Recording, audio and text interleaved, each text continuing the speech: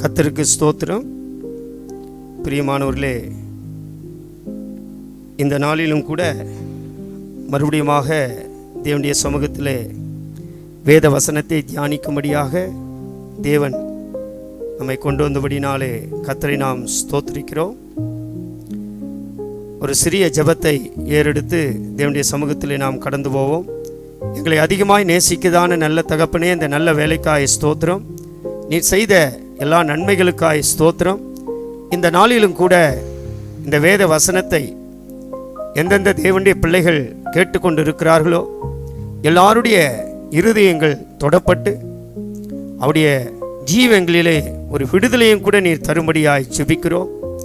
தேவனுடைய மகிமை அந்த வீட்டுக்குள்ளே வந்து ஒவ்வொருவரையும் தேவனே சியோனிலிருந்து நீர் ஆசீர்வதிக்கும்படியாய் ஜெபிக்கிறோம். இந்த வசனத்தின் மூலமாக அநேகர் தொடப்படட்டும். எல்லாவற்றையும் இயேசு மூலம் கேட்கிறோம் நல்ல பிதாவே, ஆமென். அல்லேலூயா. கர்த்தருடைய பரிசுத்த நாமத்துக்கு மகிமை உண்டாகட்டும். தேவனுடைய பிள்ளைகளே, இந்த நாளிலும் கூட தானியேலின் புஸ்தகம் 6ஆம் அதிகாரம் 20ஆம் வசனத்தை நாம் வாசிப்போம். தானியேலின் புஸ்தகம் 6ஆம் அதிகாரம் 20ஆம் வசனம். ராஜா கெபீன் கிட்ட வந்தபோது துயர சத்தமாய் தானியேலை கூப்பிட்டு, தானியேலே, ஜீவனுள்ள தேவனுடைய தாசனே, நீ இடைவிடாமல் ஆராதிக்கிற உன் தேவன் உன்னை சிங்கங்களுக்கு தப்புவிக்க வல்லவராய் இருந்தாரா என்று தானியேலை கேட்டான். அல்லேலூயா. கர்த்தருடைய பரிசுத்த நாமத்துக்கு மகிமை உண்டாகட்டும். இங்கே இந்த வேத வசனத்தை குறித்து நாம் அறிந்திருக்கிறோம். தேவனுடைய பிள்ளைகளே, தானியேலுடைய ஜீவியத்திலே தேவன் செய்த ஒரு அற்புதமான காரியத்தை குறித்து தான் இங்க வாசிக்கிறோம். ராஜா அன்றைக்கு தானியேலை பார்த்து கேட்ட கேள்வி என்ன? உன் தேவன் உன்னை சிங்கங்களுக்கு தப்புவிக்க வல்லவராயிருக்கிறாரா? இந்த நாளிலும் கூட தேவனுடைய பிள்ளைகள் இந்த வேத வசனத்தின் மூலமாக நம்முடைய தேவன் நம்மை தப்புவிக்க வல்லவராய் இருக்கிறார் என்கிற ஒரு விசுவாசம் நமக்குள்ளே வர வேண்டும். ஏன் ஆண்டவர் இன்றைக்கு எத்தனையோ பிள்ளைகளை தப்புவிக்காமல் இருக்கிறார், இல்லை அவற்றால் விடுதலை ஆக்காமல் இருக்கிறார்? அதற்கு காரணம் என்ன? தேவனுடைய பிள்ளைகளே, இந்த வசனத்திலே நான் வாசிக்கும் பொழுது ராஜா கெபீன் கிட்ட வந்தபொழுது துயர சத்தமாய் தானியேலை கூப்பிட்டு தானியேலை பார்த்து சொல்கிறார், ஜீவனுள்ள தேவனுடைய தாசனே. இது முதல் காரியம். ஜீவனுள்ள தேவனுடைய தாசனே. இரண்டாவது, நீ இடைவிடாமல் ஆராதிக்கிற உன் தேவன். ஒரு ஆராதனையை குறித்து தான் இங்கே வாசிக்கிறோம். மூன்றாவது, உன்னை சிங்கங்களுக்கு தப்புவிக்க. நான்காவது, வல்லவராயிருந்தாரா தப்புவிக்க? இன்றைக்கு ஆண்டவர் எல்லா காரியத்திலிருந்தும் நம்மை தப்புவித்து விடுதலையாக்கி ஒரு பெரிய ஜெயத்தை கர்த்தர் நமக்கு தர வேண்டுமானால், இன்றைக்கு எத்தனையோ தேவனுடைய பிள்ளைகள் ஒரு தோல்வியின் ஜீவியத்தை தான் செய்து கொண்டிருக்கிறார்கள். கிறிஸ்தவர்கள் தான், தேவனுடைய பிள்ளைகள் தான், ஆனால் அவர்களுடைய குடும்பங்களிலோ தனிப்பட்ட வாழ்க்கையிலேயோ ஒரு ஜெயம் இல்லாமலே போய் கொண்டிருக்கிறது. இயேசு சொன்னார், நான் இந்த உலகத்தை ஜெயித்தேன் என்று இயேசு சொன்னார். அந்த இயேசு இந்த உலகத்திலே மாம்ச சரீரத்திலே வந்தபொழுது எப்படி அவர் ஜெயித்தார்? தானியேலை பார்த்து ராஜா கேட்ட கேள்வி, உன் தேவன் உன்னை தப்புவிக்க வல்லவரா இருக்கிறாரா? தப்புவிப்பது என்பது ஒரு விடுதலையை காட்டுகிறது, வல்லவர் என்பது ஒரு ஜெயத்தை காட்டுகிறது. நமக்கு ஒரு விடுதலையும் வேண்டும், ஜெயமும் வேண்டும். ராஜா கேட்ட கேள்வி தானியேலை பார்த்து, உன் தேவன் உன்னை தப்புவிக்க வல்லவரா இருக்கிறாரா? தப்புவிப்பது என்பது விடுதலை, வல்லவர் என்பது ஜெயம். ஒரு தேவனுடைய பிள்ளையுடைய வாழ்க்கையிலே விடுதலையும் இருக்கணும், ஜெயமும் இருக்கணும். எத்தனையோ குடும்பங்கள், எத்தனையோ தேவனுடைய பிள்ளைகள் வாழ்க்கையிலே விடுதலையும் இல்லை, ஜெயமும் இல்லை, சாபங்கள் இன்றைக்கு வீட்டுக்குள்ளே படுத்து கொண்டிருக்கிறது, தோல்விகள் இன்றைக்கு வீட்டுக்குள்ளே படுத்து கொண்டிருக்கிறது. இதற்கு காரணம் என்ன? தேவ பிள்ளையே, அதே வசனத்திலே அந்த தானியேல் 6ஆம் அதிகாரம் 20ஆம் வசனத்திலே மேலே நம்ம 2 காரியத்தை வாசித்தோம். ஒன்று, ஜீவனுள்ள தேவனுடைய தாசனே. முதலாவது, ஒரு தேவனுடைய பிள்ளை ஜீவனுள்ள தேவனுடைய தாசனாய் ஜீவித்தால் தான் இந்த தேவன் கூட நம்மளை தப்புவிக்க வல்லவராய் இருப்பார். இன்றைக்கு எத்தனையோ கிறிஸ்தவர்கள் ஜீவிக்கிறார்கள், ஆனால் ஜீவனுள்ள தேவனுடைய தாசனாய் ஜீவிக்கவில்லை, பாவத்தின் தாசனாய் ஜீவித்துக் கொண்டிருக்கிறார்கள், இல்ல பிசாசனுக்கு தாசனாய் ஜீவித்துக் கொண்டிருக்கிறார்கள், இல்லாவிட்டால் இந்த உலகத்துக்கு தாசனாய் ஜீவித்துக் கொண்டிருக்கிறார்கள். அருமையான தேவ பிள்ளையே, அன்றைக்கு ராஜா தானியேலை பார்த்து கேட்ட கேள்வி என்ன? ஜீவனுள்ள தேவனுடைய தாசனே. ஜீவனுள்ள தேவனுடைய தாசனே என்றால் நம்முடைய தேவன் மரித்த தேவன் அல்ல, ஜீவனுள்ள தேவன் என்பதை வெளிப்படுத்துகிறது. அல்லேலூயா, ஒரு அல்லேலூயா சொல்லுங்கள். தேவனுடைய பிள்ளைகளே, நம்முடைய தேவன் மரித்தவர் அல்ல. இயேசு சொல்கிறார், நான் மரித்தேன், ஆனாலும் சதா காலங்களிலும் உயிரோடு இருக்கிறேன்.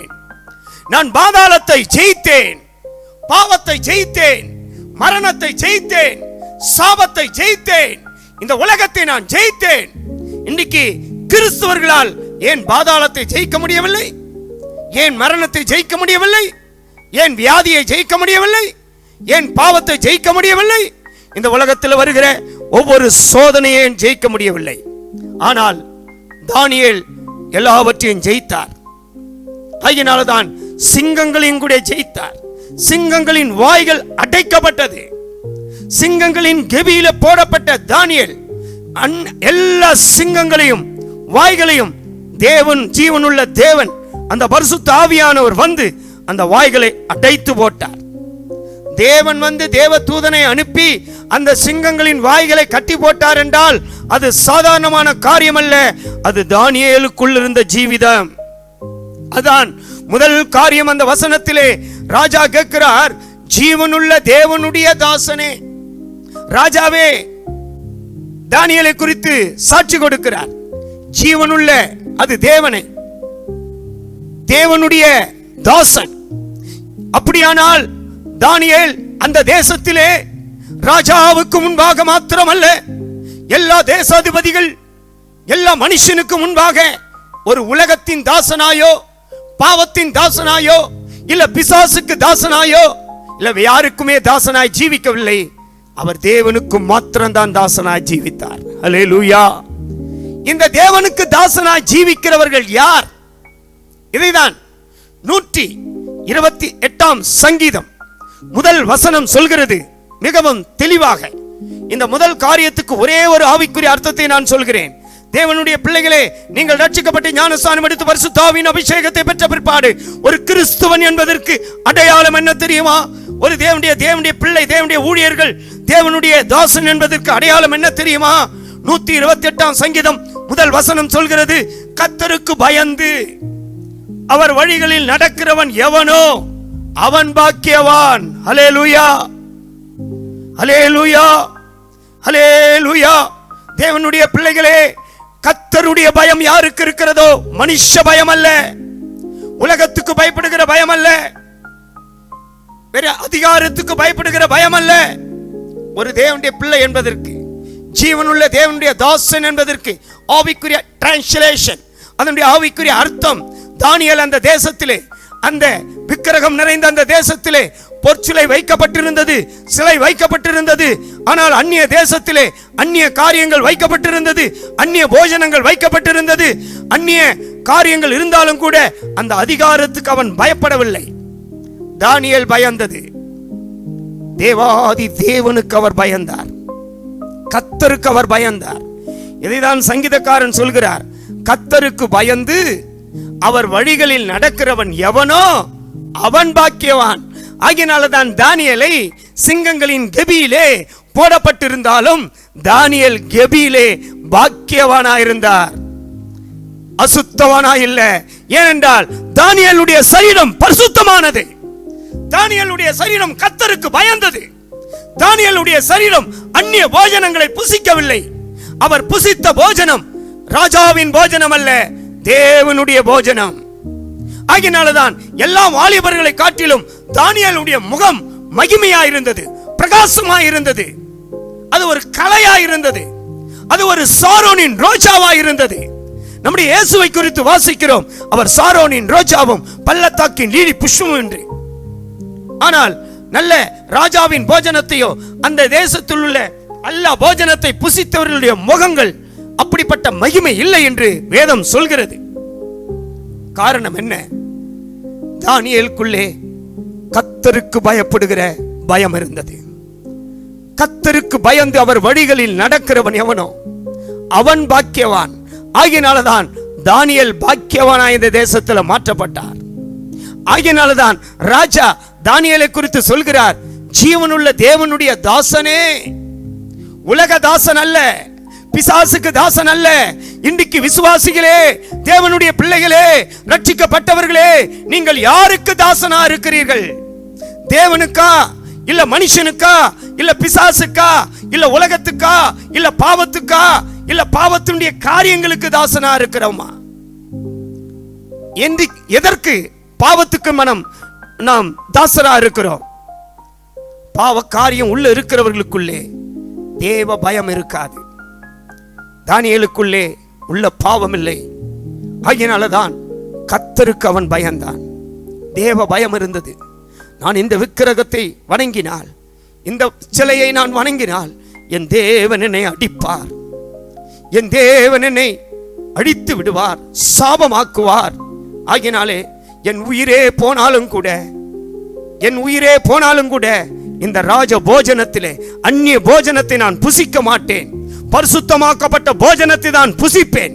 இன்றைக்கு எத்தனையோ தேவ பிள்ளைகள், எத்தனையோ விசுவாசிகள் அந்நிய போஜனத்தை புசிக்கிறார்கள், ஞானஸ்தானம் எடுத்திருக்கிறார்கள். ஆயினால் விக்கிரக ஆராதனை, அது மட்டுமல்ல அந்நிய காரியங்களில் போய் பங்கிடுகிறார்கள். கிறிஸ்தவர்கள் ஞானஸ்தானம் எடுத்த பிற்பாடு அந்நிய போஜனங்கள், விக்கிரக போஜனங்கள், படைக்கப்பட்ட போஜனங்களை நீ புசிக்கும் பொழுது உன் வீட்டுக்குள்ளே சாபங்கள் வந்து சேருகிறது. தேவனுடைய பிள்ளையே, ஆகினால்தான் ஆண்டவர் உன்னை விடுதலையாக்க முடியல, ஆகினால்தான் ஆண்டவர் உனக்கு ஜெயத்தை தர முடியல.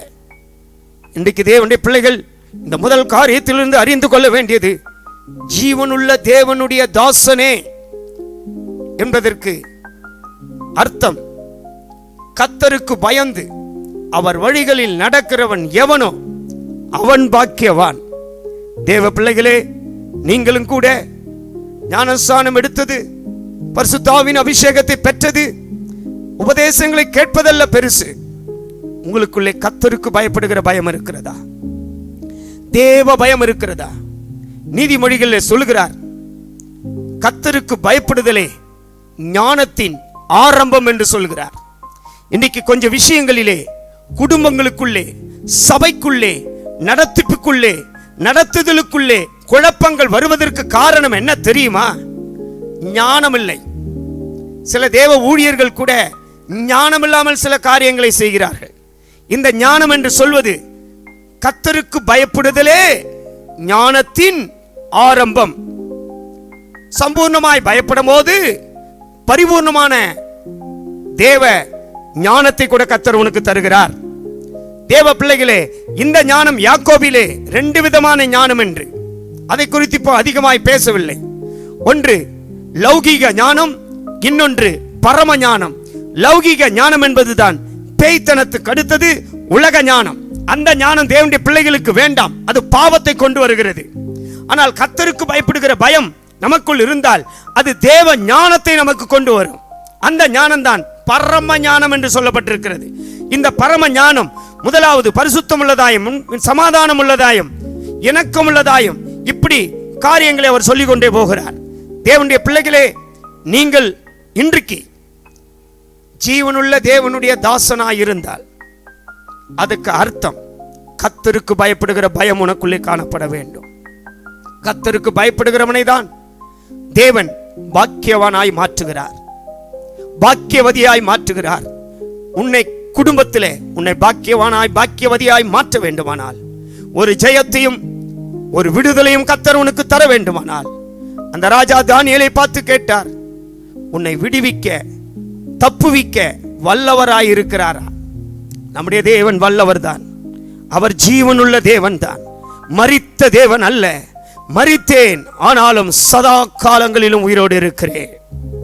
அந்த தேவன் இன்றைக்கு உன் குடும்பத்தில் ஒரு பெரிய ஜெயத்தையும் ஒரு பெரிய விடுதலையும் கர்த்தர் தர வேண்டுமானால், முதலாவது உன் குடும்பத்துக்குள்ளே சகோதரனே, சகோதரியே, மனைவியே, புருஷனே, பிள்ளைகளே, உங்கள் அனைவருக்குள்ளும் கர்த்தருக்கு பயப்படுகிற ஒரு பயம் வரட்டும்.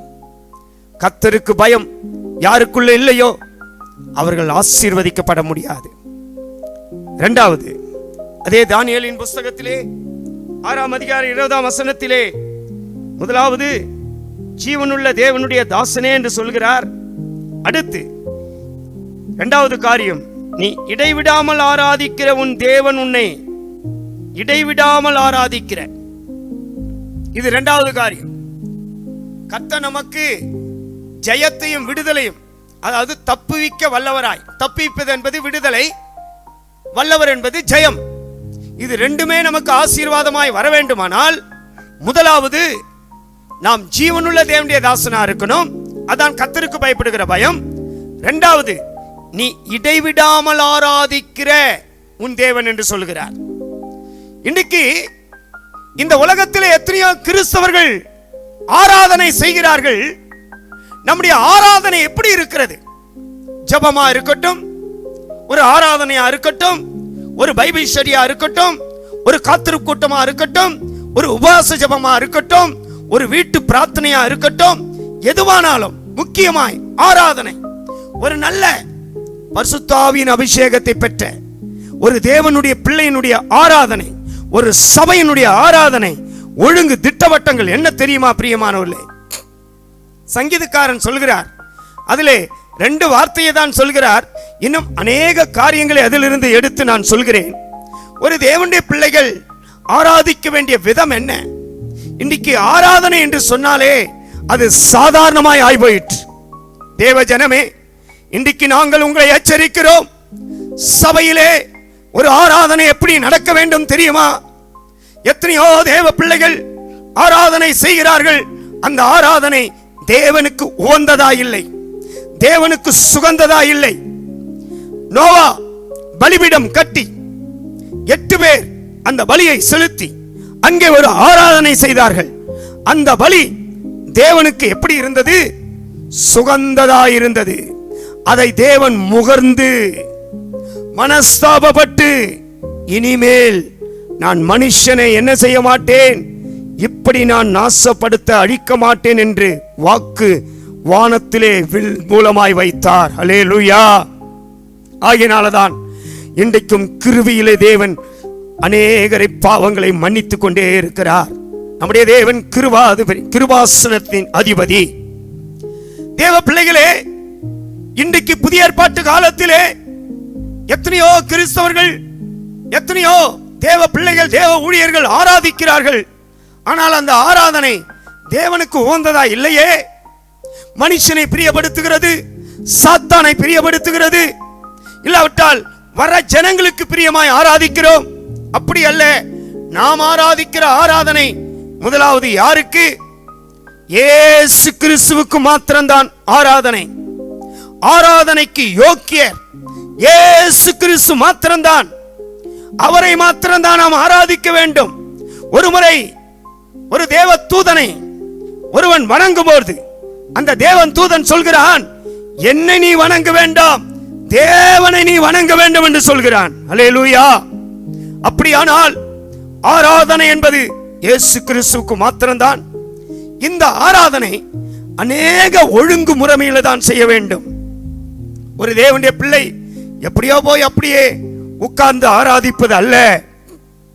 ஆகியனால்தான் ராஜா தானியேலை பார்த்து சொல்கிறார், நீ இடைவிடாமல் ஆராதிக்கிற உன் தேவனாகிய கர்த்தர்.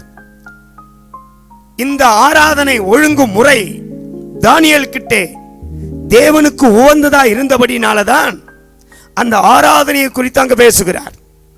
அந்த ஆராதனை தானியேல் கூட தேவனுக்கு உகந்ததாய் செய்தபடினாலதான் தேவனும் கூட சிங்கங்களின் வாய்களில் இருந்து தானியேலை விடுவிக்க வல்லவராயிருந்தார். அல்லேலூயா. முதல் காரியம், ஜீவனுள்ள தேவனுடைய தாசனாயிருந்து கர்த்தருக்கு பயந்தான். ஆகினால்தான் தானியேலை விடுவித்தார். இரண்டாவது, தானியேல் தேவனை ஆராதிக்கிற விஷயத்திலே, தேவனை துதிக்கிற விஷயத்திலே, தேவனை ஜெபிக்கிற விஷயத்திலே, அந்த ஆராதனை விஷயத்திலே அந்த தானியேல் தேவனுக்கு உகந்ததை செய்தபடியினால்தான் அந்த தானியேலை தேவன் விடுவித்தார். எப்படி என்றால், வாசியுங்கள் 96ஆம் சங்கீதம் 9ஆம் வசனத்திலே நாம் வாசிக்கும் பொழுது அங்கே சொல்கிறார், 96ஆம் சங்கீதம் 9ஆம் வசனத்திலே, பரிசுத்த அலங்காரத்துடனே கர்த்தரை தொழுது கொள்ளுங்கள், பூலோகத்தாரே நீங்கள் யாவரும் அவருக்கு முன்பாக நடுங்குங்கள் என்று சொல்லப்பட்டிருக்கிறது. பாருங்கள், பரிசுத்த அலங்காரத்துடனே கர்த்தரை தொழுது கொள்ளுங்கள். முதலாவது, பரிசுத்த அலங்காரத்துடனே கர்த்தரை தொழுது கொள்ள வேண்டும். இரண்டாவது, நீங்கள் யாவரும் அவருக்கு முன்பாக நடுங்குங்கள், பூலோகத்தார் யாவரும் அவருக்கு முன்பாக நடுங்க வேண்டும். முதலாவது சொல்கிறார், பரிசுத்த அலங்காரத்துடனே கர்த்தரை தொழுது கொள்ள வேண்டும். இதிலே எத்தனையோ காரியங்கள் இருக்கிறது, சில காரியங்களை மாத்திரம் நான் சொல்லி முடிக்கிறேன். பரிசுத்த அலங்காரத்துடனே என்று சொன்னால், முதலாவது மத்தேயு எழுதின சுவிசேஷம் 5ஆம் அதிகாரம் 8ஆம் வசனத்தில் சொல்கிறார், இருதயத்தில் சுத்தமுள்ளவர்கள் பாக்கியவான்கள், அவர்கள் தேவனை தரிசிப்பார்கள். தேவனுடைய பிள்ளைகளே, ஒரு ஆராதனை என்று சொல்வது பரிசுத்தமாக இருக்க வேண்டும்.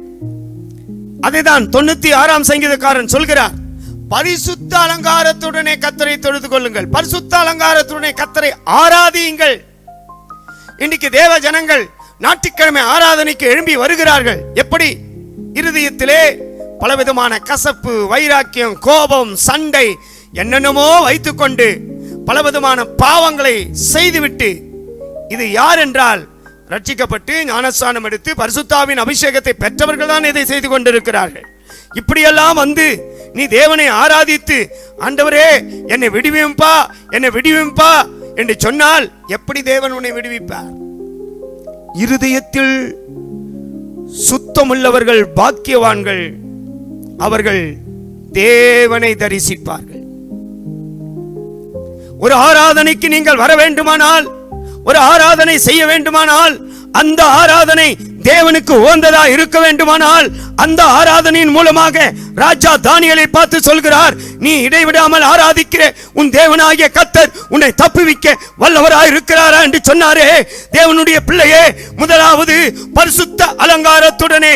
இந்த பரிசுத்த அலங்காரம் என்று சொல்வது வெளிரங்கமாக அல்ல, இருதயத்தில் மறைந்திருக்கிற குணமாக, இருதயத்திலிருந்து புறப்படுகிற குணமாக உன் இருதயம் பரிசுத்தத்தோடு. ஏனென்றால் நம்முடைய தேவன் பரிசுத்தர்.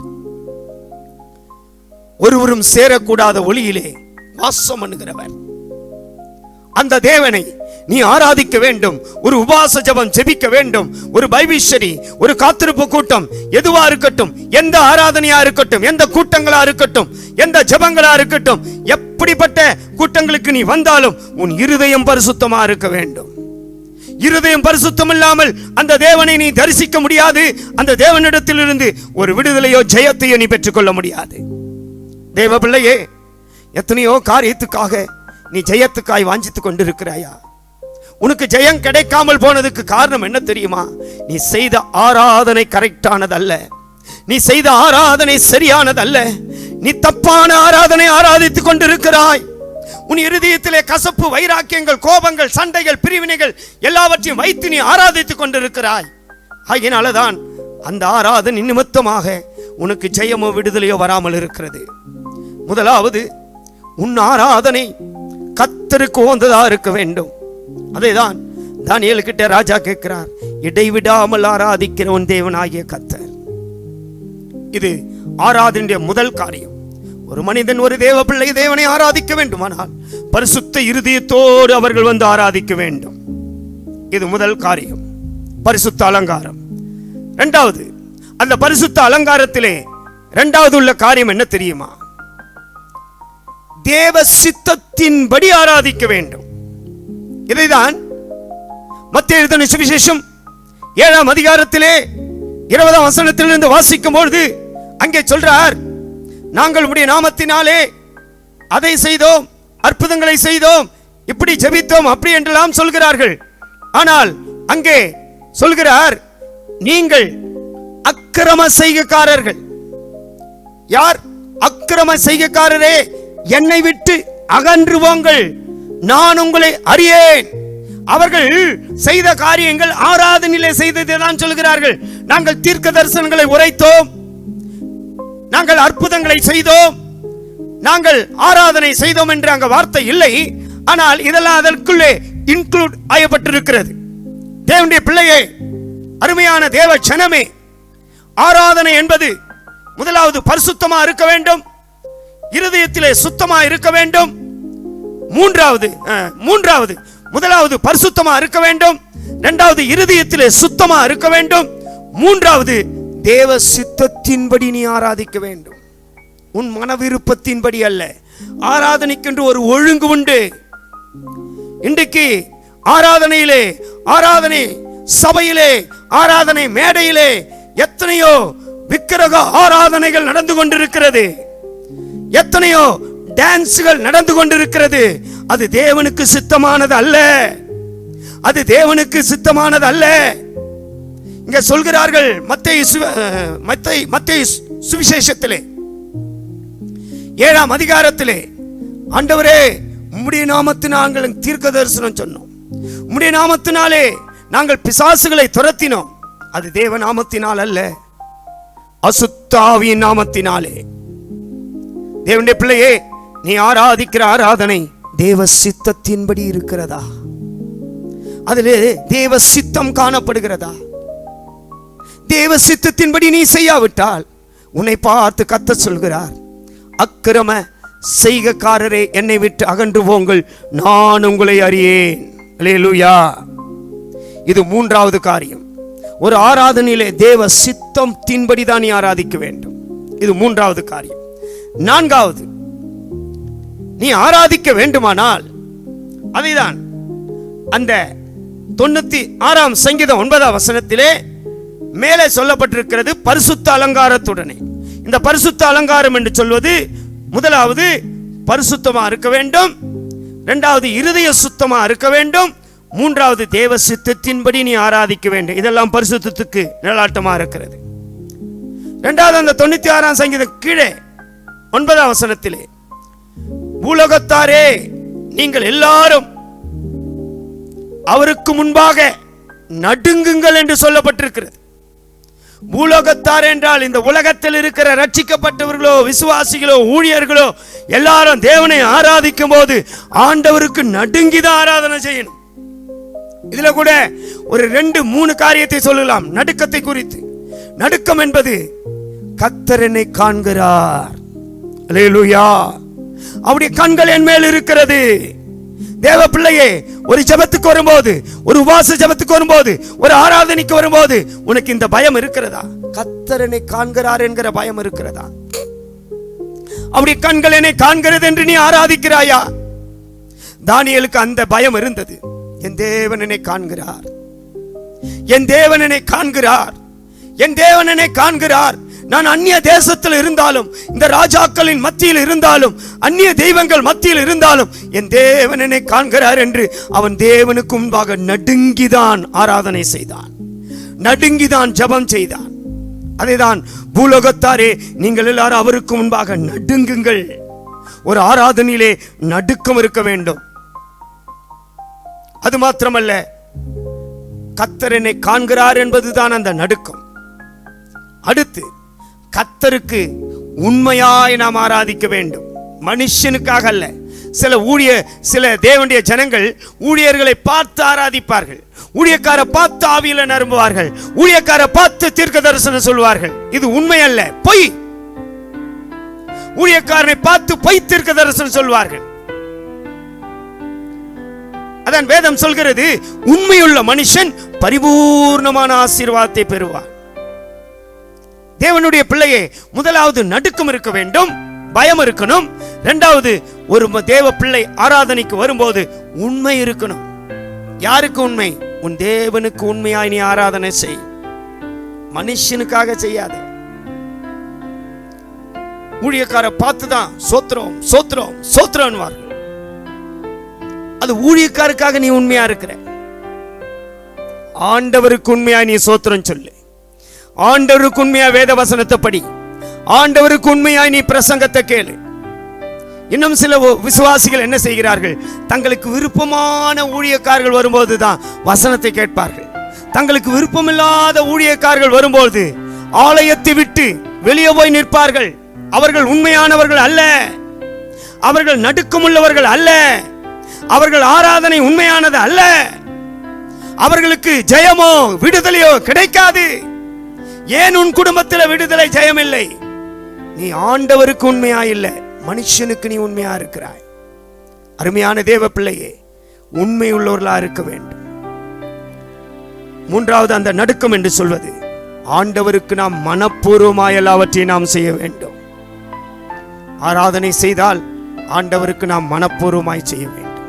அருமையான தேவனுடைய பிள்ளை, இந்த தானியேலின் புஸ்தகம் 6ஆம் அதிகாரம் 20ஆம் வசனத்திலே இப்படியாக ராஜா தானியேலை பார்த்து கேட்கிறார், ஜீவனுள்ள தேவனுடைய தாசனே, நாம் கர்த்தருக்கு பயப்படணும். இரண்டாவது கேட்கிறார், நீ ஆராதிக்கிற தேவன் என்று. நம்முடைய ஆராதனை இந்த ஒழுங்கு முறைமையின்படி இருந்தால்தான். இப்படி நாம் கர்த்தருக்கு பயந்து ஜீவனுள்ள தேவனுடைய தாசனா இருந்து கர்த்தருக்கு பயந்து இருந்தால், கீழே சொல்றார், உன்னை தப்புவிக்க அவர் வல்லவராயிருந்தாரா? உண்மையாகவே வல்லவராயிருந்தார். நம்முடைய கண்களை நாம் மூடுவோம். இன்றைக்கு ஒரு விடுதலை ஜெயத்தை கர்த்தர் உனக்கு தருகிறார்.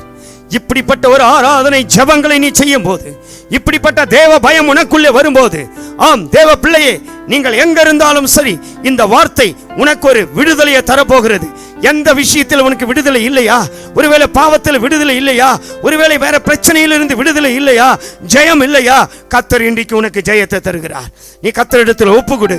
நிச்சயமாகவே உன்னை அழைத்த தேவன் உண்மையுள்ளவர். உன்னை கடைசி வரிந்து நடத்த வல்லவரா இருக்கிறார். ஒரு பெரிய விடுதலையை கர்த்தர் உனக்கு கொண்டு வருகிறார். அந்த விடுதலை சியோனில் இருந்து வருகிறது, அந்த விடுதலை பரலோகத்தில் இருந்து வருகிறது. நாங்கள் உங்களுக்காய் ஜெபிக்கிறோம். தேவனுடைய பிள்ளைகளே, நீ பயப்படாதே, நீ கலங்காதே, நீ திகையாதே. நான் உன் தேவன், நான் உன்னை விடுவிக்க வல்லவரா இருக்கிறேன். தானியேலை சிங்கங்களின் கெபியில் இருந்து, சிங்கங்களின் வாயில் இருந்து விடுதலையாக்கி ஜெயத்தை தந்த தேவன் இன்றைக்கு உன்னையும் கூட அநேக சத்துருக்கள், அநேக பிசாசுகள், உன் வீட்டுக்குள்ளே அநேக சிங்கங்களின் வாய்கள் இருக்கிறதா? அந்த சிங்கங்களின் வாய்களில் இருந்து கர்த்தர் உன்னை விடுதலை ஆக்குகிறார். தானியேல் 3 வேளை ஜெபித்தார். காலை, மத்தியானம், அந்தி, சந்தி, மத்தியான வேளையிலே அவர் 3 வேளை ஜெபித்தார். அப்படிப்பட்ட அந்த 3 வேளை என்பது திருத்துவ தேவனை கனம் பண்ணுகிறதை காட்டுகிறது. உன் தேவனை நீ கனம் பண்ணி ஜெபிக்கும் போது கர்த்தர் நிச்சயமாய் உனக்கு ஜெயத்தையும் விடுதலையும் தருகிறார். நாங்கள் ஜெபிக்கிறோம். ஆண்டவரே, இன்றைக்கு எத்தனையோ பிள்ளைகளுடைய குடும்பங்களிலே பிசாசினுடைய போராட்டங்கள், சிங்கங்களின் வாய்களிலே, சிங்கங்களின் கெபியில் இருக்கிறார்கள் ஆண்டவரே.